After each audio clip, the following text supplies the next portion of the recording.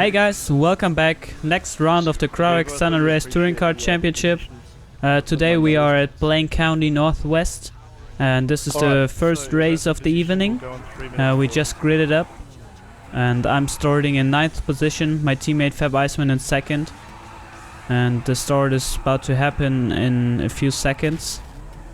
You see, I have a horrible start. I tried to manage to get my tires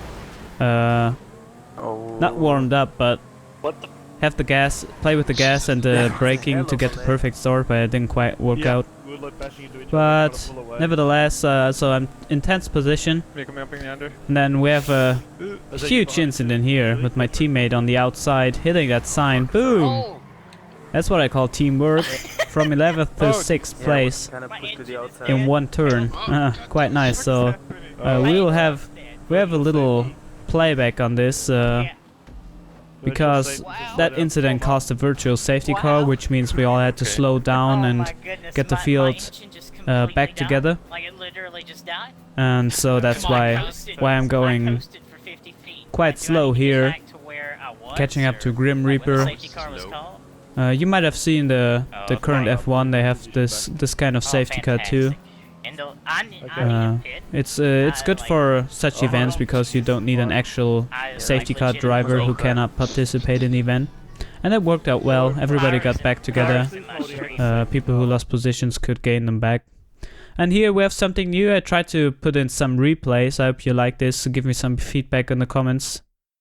My start, there you see Sugar-Free Nos just launches past me with the Banshee, getting a speed boost in there, and then Sabertooth and the Coquette comes into the picture, and there you see I'm turning in and he's still straight hitting me, and also Sugar-Free Nos, so he should have went in that turn a bit slower and more cautious, turning in earlier, then he wouldn't have hit Sugar-Free Nos and me.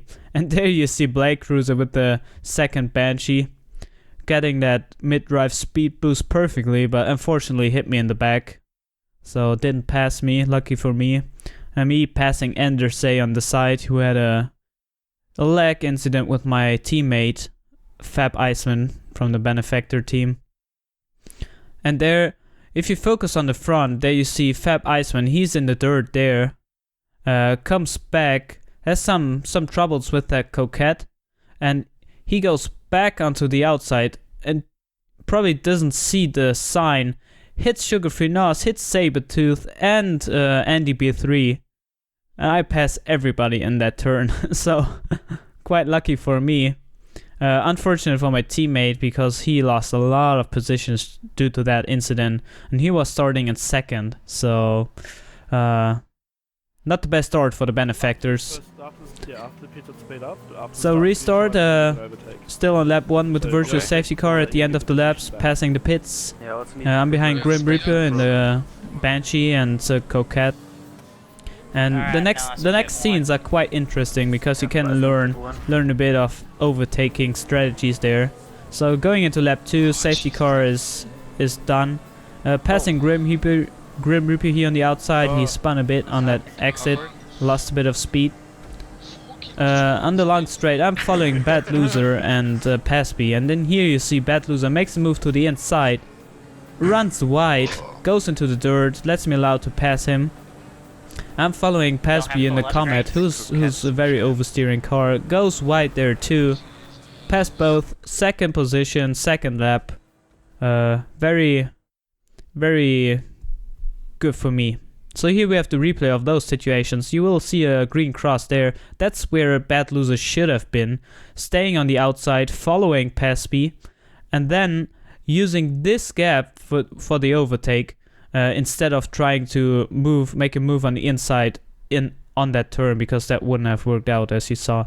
And here Pasby makes a mistake. He should have been there where the cross was and moving inside and then out again, but instead he moves inside and then runs too wide in the middle of the turn. So you always have to pay close attention to your lines, especially on those Blaine County and North Loop tracks. So this allowed me to go into 2nd position, back to normal race speed here. Tough chicane there with the Serrano losing the rear. Then following Daniel Jackson in the Coquette, he's in first place, managed to stay out of any trouble. Following him, and the next overtake is just I think that's one of my best overtakes so far, because it's just so I see a small gap there. Take it on 2 wheels past Daniel Jackson. He was running wide and I passed him even on the outside. That was funny. Here, have a little slow-mo of this. Going wide here, see him go wide, I'm going wide, and then I see this little gap. Luckily I didn't flip over on 2 wheels, past the Coquette into first place on lap 2. Nice overtake here for myself. So I'm in first position now. Very good for me, because starting in 9th and already in the second lap into first position, it's always a very good start. From this point on, I'm trying to create a gap between the guys behind myself, because I know the Coquettes at this track, they don't have the power. And the 3rd place position, Andy, he is 4 seconds behind me, and I know he will probably be held up by the Coquette a bit. So I want to try to create a gap between him and myself, because he's in a Serrano too. And for this race, to make it fair for everybody, the Serrano featured teams, they drove the engine and transmission update number 3 instead of number 4 to even out the field, which was good, because the Serrano, we tried with this touring car championship, and to say he tried to create a environment where you can pick different cars and still be competitive. So we gave him a heads up that the Serrano is too fast, and we decided to go down on those upgrades, which in the end turned out pretty good. Made the Serrano less of a super fast car, and then puts more pressure on the driver to perform well instead of relying on the car too much. Yeah, so lap 3 almost done, passing the pits again. And you see on the bottom, I have quite a big gap to Andy. And I definitely want to increase this gap. But over the next laps you will see Andy, he was very fast on this track, and I had to get into the rhythm. So he was catching up. Yes. I think I was looking at the times. Sometimes also a nice sunset here. GTA can be so atmospheric sometimes. It's very... That's where the game shines. It's really nice. I love those scenes. Going around this tough turn here. That's where the cars usually tend to oversteer, get tail heavy and lose the grip. So you wanna really pay attention in those turns and use the cadence steering. And up the hill here, around this turn, brake late, steer in, don't hit that bush on the inside. If you hit that bush, it will just spin you out. That bush is very sticky. And here I think I make a little mistake. Oh no, not this lap. There, in that turn you don't want to go too far to the outside, because then you saw what could happen with Daniel Jackson. But I was lucky I passed him there. So past the pits again. Lap number 4, going into lap number 5. Everything is going well. 12 laps to go. And I think my teammate Iceman, he's in 3rd position right now. So he fought his way back. Oh no, there's he has not managed to get in 3rd at the moment. But he will get behind Andy at some point.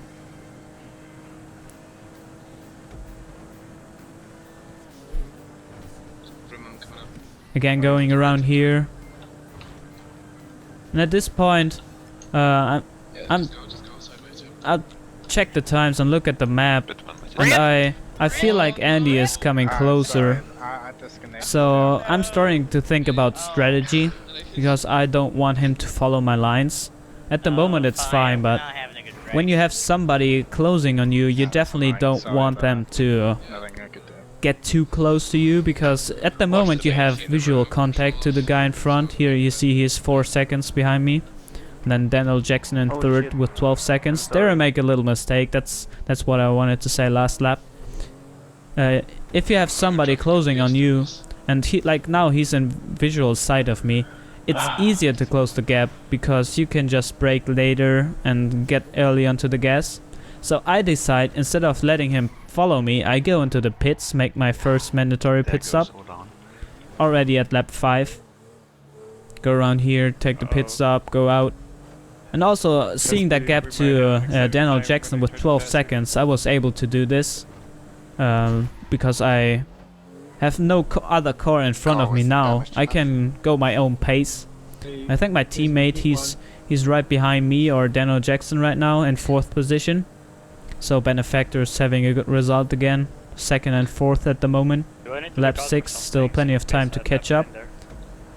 And at this, also with my pit stop strategy, I'm pressuring Andy because he knows, okay, if he catches up to me now, he's one pit stop up to me, and I'm one pit stop down. I have to take a pit stop, so I might even go now. And that's what he eventually ends up doing. He goes into the pits right now. And that costs him quite some time, because I think he ends up making a mistake in the pit stops. Allowed me to create even a bigger gap to him than I had before the pit stop. So my strategy worked out quite well. Pitting early and not letting him follow my lines. So yeah, I see him going up that hill there. And if you focus on the map, you will see that he's going into the pits at lap 6. Yeah, he says Andy pit 1. That's our comment. He goes into the pits and I pass him. And after I get out of the pits, or he gets out, you can visually see that the gap between us has increased quite a bit than it was before the pits. So those 2 laps really allowed me to create a good gap. After that was just race till the end. No more incidents or overtakes happening for me. So quite a nice race. My teammate Fab Iceman had also a good result after that first lap incident. So Benefactor was able to create a bigger gap in the championship. And here you see the final result. Myself in 1st position and Fab Iceman. Andy managed to get 3rd position. Saber in the Coquette in 4th. Very good, in front of a Serrano. Very nice drive. So I hope you liked this video, and stay tuned for the next round of the Crowex San Andreas Touring Car Championship.